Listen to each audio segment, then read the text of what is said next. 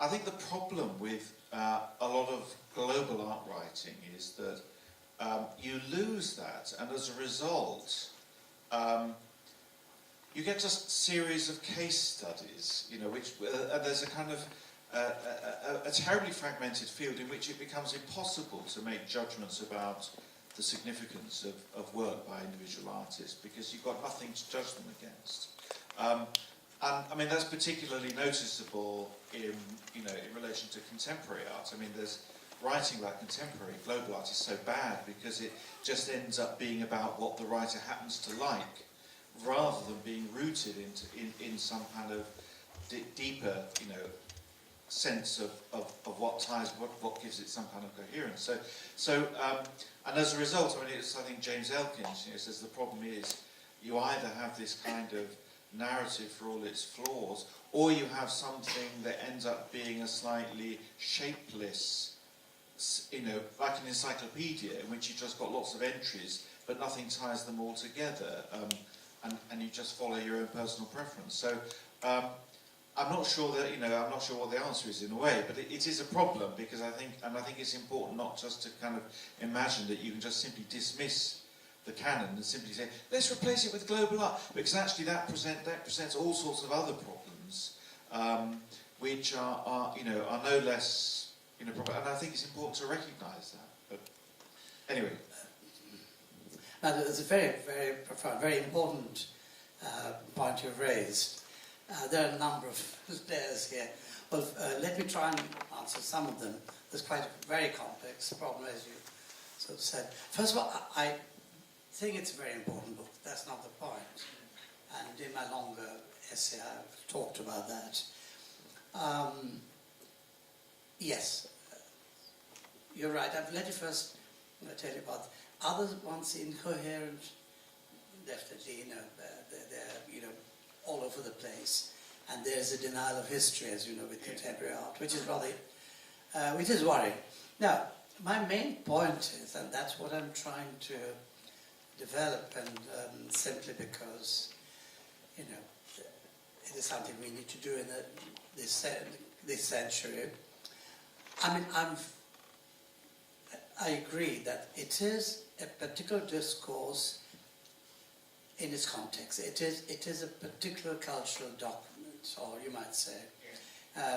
It has a very clear set of objectives, and and the results.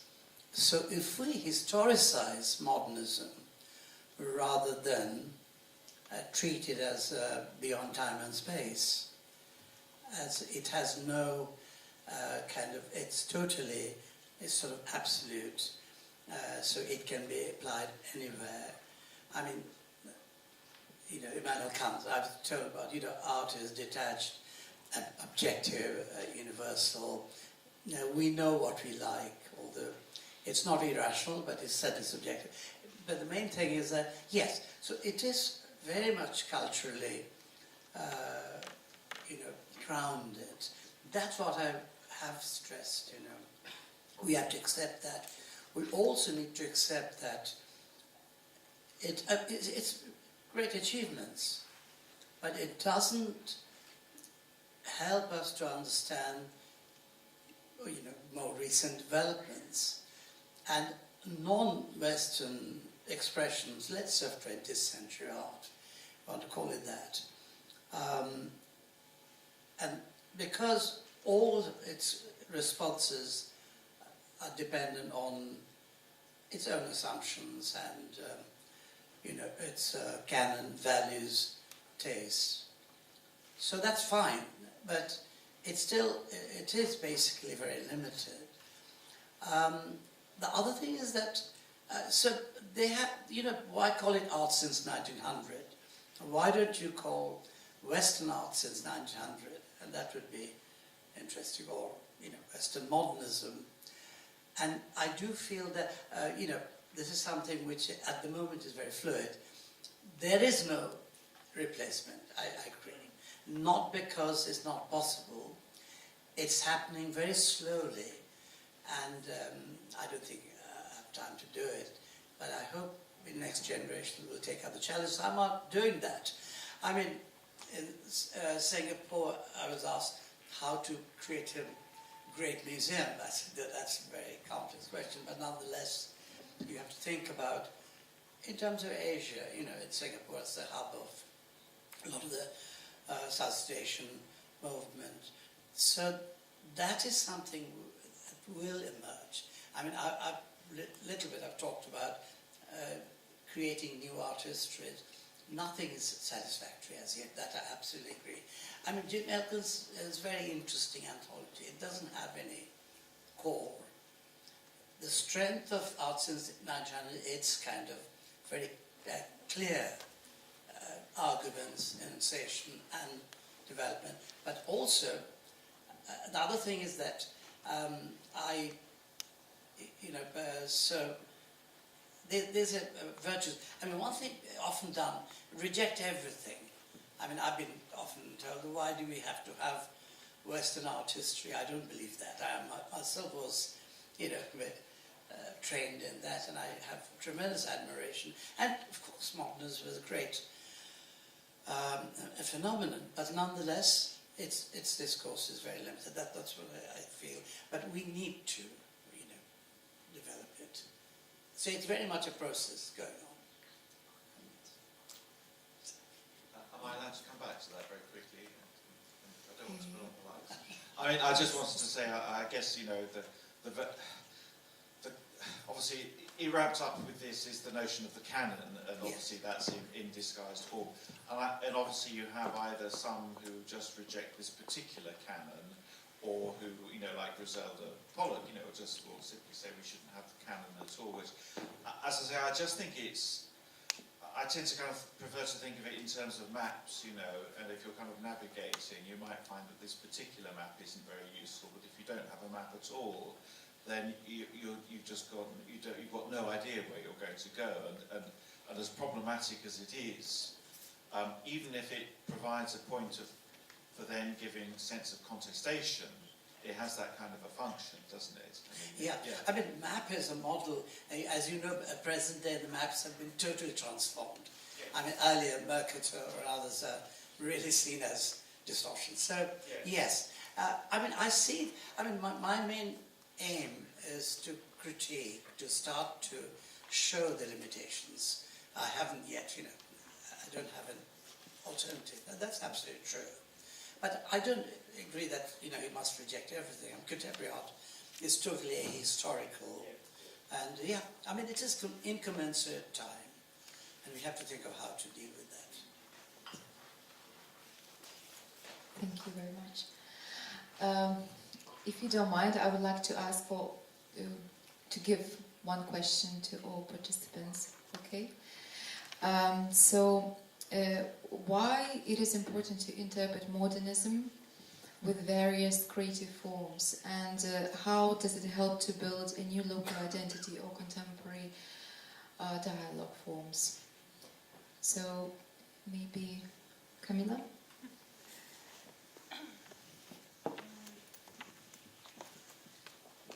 Can I speak in Italian and chiedere can translate, please? Because I don't know. Does somebody speak Italian and can translate to English? It's a translation. Excuse me. Yeah? So perhaps you will have a better translator. Yeah. Okay.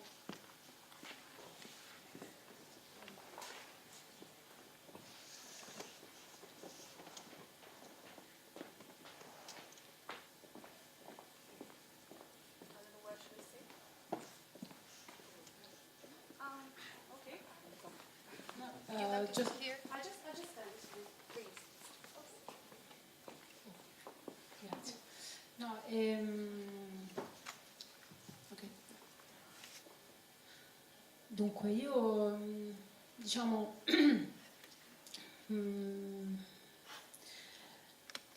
più che altro ho un approccio al modernismo legato molto oltre che al vivere, ma anche legato proprio al mio lavoro, legato al mio interesse per l'architettura, no? attraverso il mio lavoro fotografico cerco di trasmettere i valori del modernismo attraverso il mio lavoro. So my approach to modernism is not about the way I live, but also my interest in architecture. Diciamo in Italia, sicuramente io in particolare, ho un legame molto stretto con l'antichità e con l'architettura e le forme classiche. Quindi l'architettura moderna ha comunque per me un legame molto forte con l'antichità, ma io tento di interpretare alcune forme anche antiche che però per me sono moderne e di ripeterle attraverso la mia arte fotografica attraverso i secoli e in diversi spazi geografici. My main interest in architecture is about old style, and the way how I perceive modernism is to find some combinations between classicism and modernism together. And in the way how I find this combination, I will then display in my photography. That's it. Thank you. Having the privilege to be based in Kaunas all my life, I feel very big urgency now in Kaunas to vitalize modern heritage, which we all here agree is very important, but it's not so evident in common life, and especially for population people who live in those 6,000 buildings and every day use them. So if you look for our main pedestrian area, Freedom Avenue, which is now under construction, not so easily movable place, but we have quite a lot abandoned buildings on the front line facades, not on the post office buildings, but few more, very interesting ones and good examples and ready for renovation and new life. In the period we are waiting for new investments and new owners of those buildings. We believe that cultural activities could, enlarge visibility, invite or maybe some investors would see it as new possibility and new value in it. And these examples as an architectural exhibition in Pieno Centras building, which you visited most probably all of you already, of Landsbergis Žemkalnis architecture, and those kind of art exhibitions, they attract attention not only of local people and visitors, but also of possible investors, and we hope to help this renewal in our city.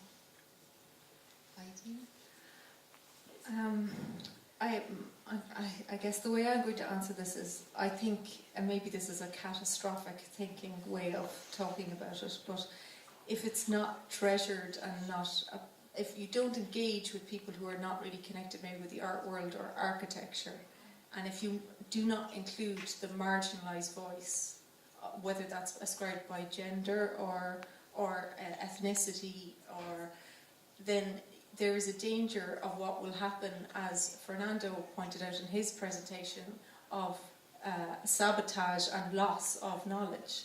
And from my country, we have not appreciated a lot of our buildings of modernity and have created absolute sacrileges to some of the absolute beautiful gems. And also, we have also at the same time got UNESCO World Heritage status on some of our locations, and as a result we have let I suppose local authorities come in and put in health and safety markers and bans all around things and disrupted and made them catastrophic, as some of the other commenters have talked about earlier on. So it's about maybe, for me, you have to give a sense of ownership and authorship. Maybe it's not, I think we talked or listened to some of the presentations about maybe Theseus's ship, that things are not permanent. Things will change, there will be additions, there will be new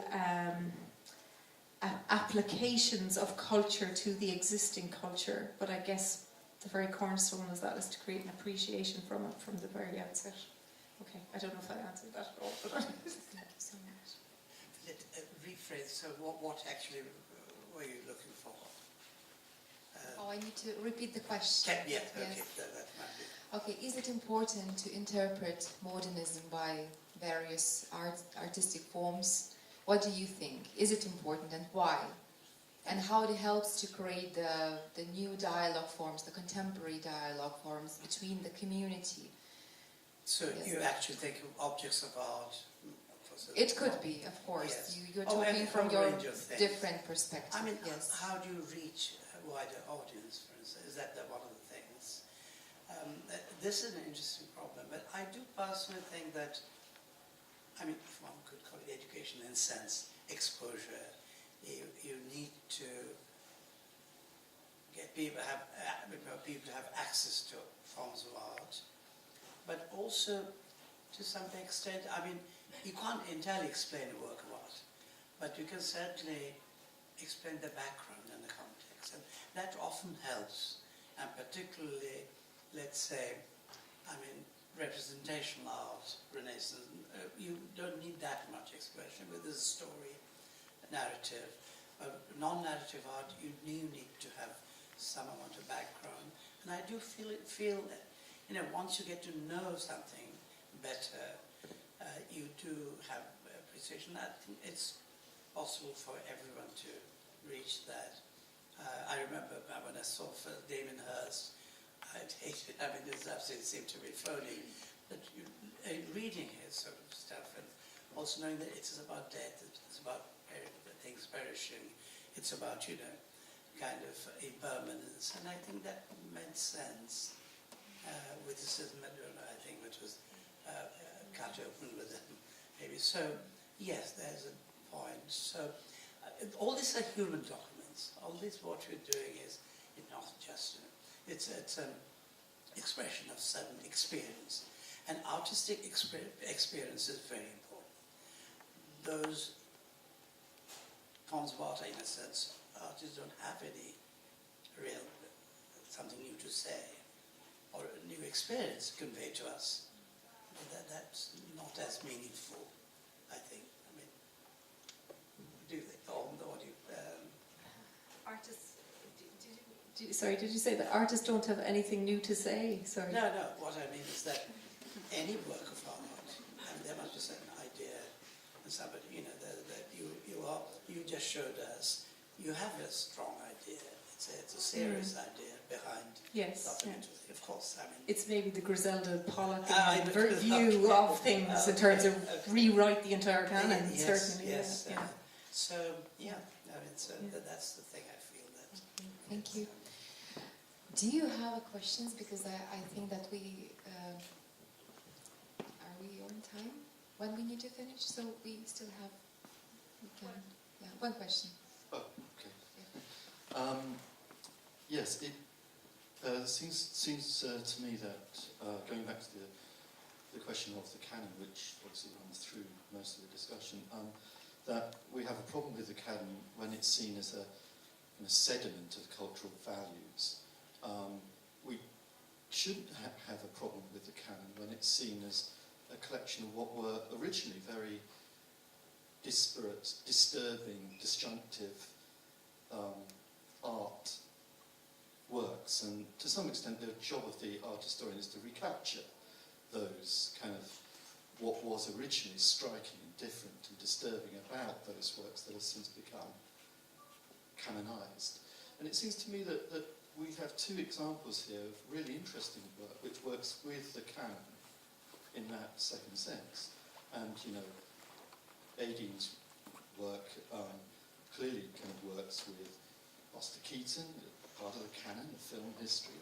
After all, it works with the Gothic, part of the canon of Irish literature, the Big House and all its associations, etc. And Camilla's work, interestingly to me, works with the canon of a kind of conceptual photography, Rebecca's work, and it also works where what I saw there was also the tradition of contrast in, say, the art historian Verfling's work, where he sets up Baroque and Renaissance against one another. And what you're doing is to set up really interesting, almost surreal contrasts within modernism, modernist housing blocks. But also both of you, of course, use the canon to talk about your own experience and very local things too, very specific cultural things and quite political things too. So in a sense, there's no problem with the canon when we can use the canon in these flexible and reflective ways. Sorry, that's a comment. Sorry. Thank you very much. I think the problem about the canon, though, is that it was generally written by white men. So, you know, yes, and I'm coming from a white Western country, but I'm also drawing attention to the fact that I'm from a post-colonial country and that we have to go back and readdress that because there's massive gaps of knowledge. Even here, there's massive gaps in knowledge. A huge population was exported to gulags or pogroms. So where are those voices? That's something that will need to be addressed, and as will people who are coming, refugees. These are people who are part and need to be able to contribute. So the voices of the ones who...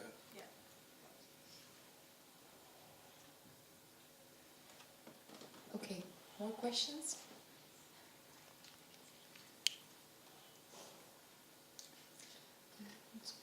Do you want to comment or answer? Thank you. Yeah. I don't know if I understand exactly, but really in my work I find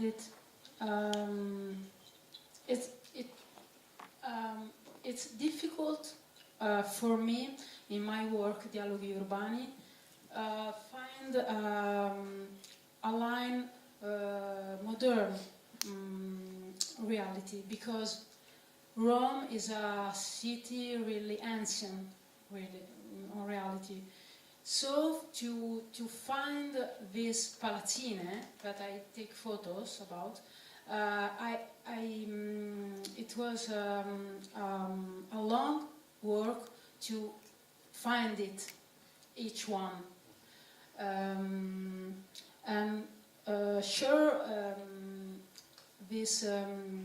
This great architect author, did a work with a dialogue from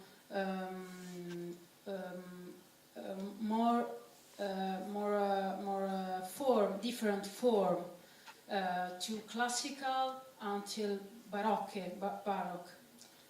There is a dialogue, but I think it's really also serious. We have all architects in my work have a language really rigoroso.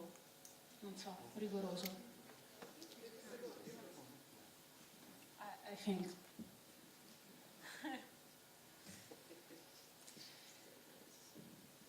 Is there any questions? Okay, so thank you very much. It was very interesting. I really enjoyed your presentations. And maybe we can finish today. Yes, Vaidas? Where are you?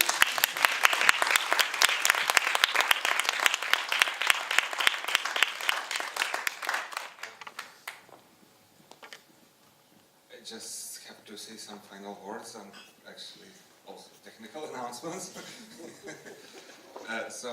Regarding the final words,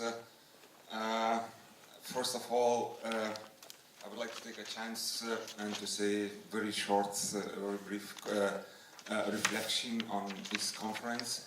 Actually, this is the first big event of our platform, our program in Kaunas 2022, Modernism for the Future.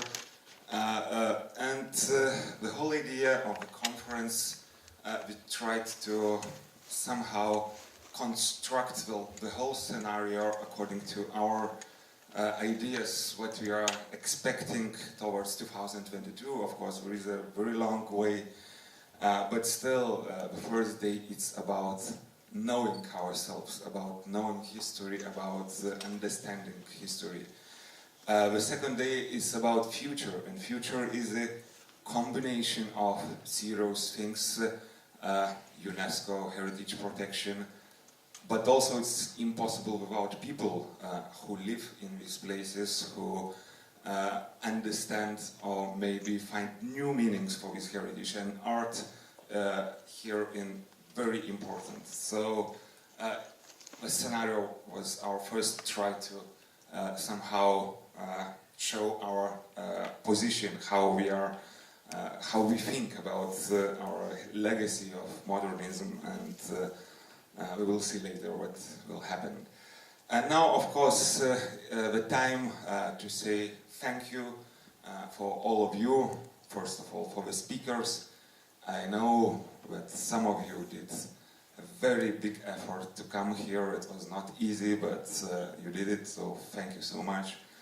Also, thank you for moderators for doing such a great job, and after all, I think it was a big experience for us to see how you work. And of course, thank you the audience for being active in this conference, and I hope that after sitting these days, these 2 days, now we have some must places to visit, some must authors to read, and you have some important thoughts to rethink.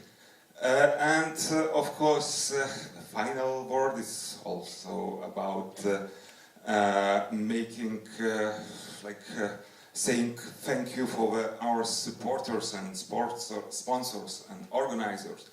So on behalf of Kaunas 2022, I want to express deep gratitude for our financial supporters, Ministry of Culture of the Republic of Lithuania, Kaunas Municipality and Kaunas District Municipality. And the conference wouldn't be possible without the devoted work of organizers, the joint team of Kaunas 2022 and Lithuanian Commission for the UNESCO. And after this time working together with you, I have to say that we had an honor to work with a very dedicated team. And thank you so much for this dedication. And